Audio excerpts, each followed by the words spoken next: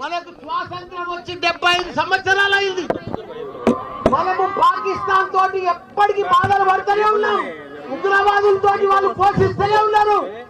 మనం ప్రధానమంత్రికి ఒకటే మేము మనవి చేస్తున్నాం అందరికీ, మోడీజీ पाकिस्तान उग्रवादों को खत्म करो, कुचल कुचल के खुचल के रख दो।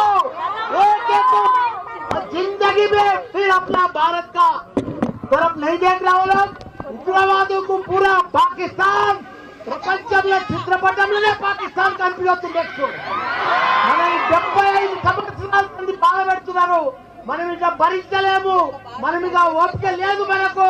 మన సైనికులు మన ఎంతో మంది ప్రాణాలు కోల్పోయారు. ఈ రోజు కూడా మన తెలుగు బిడ్డ మురళీ నాయక్ గారు చనిపోయిన ఆయనకు కూడా పెద్ద ఎత్తున సంతానం. ఆయన మనం ఎంత ఇచ్చినా ఆయన లోటు తీర్చలేము. ఆయన కుటుంబానికి కూడా చెప్తున్న మనం మాత్రం ఇప్పుడు వదిలేదే లేదు. మన భారత సైనికులకు మొత్తం ధైర్యంగా మేము డాక్టర్లము, ఇంజనీర్లము, ప్రొఫెసర్లము, లీడర్లము, మా టీఆర్ఎస్ పార్టీ మొత్తం మీకు మద్దతు ఇస్తుంది. మీరందరూ కూడా పోరాడి ఆ ఉగ్రవాదులను మొత్తం ఖతం చేయాలని కోరుకుంటున్నా. జై జవాన్.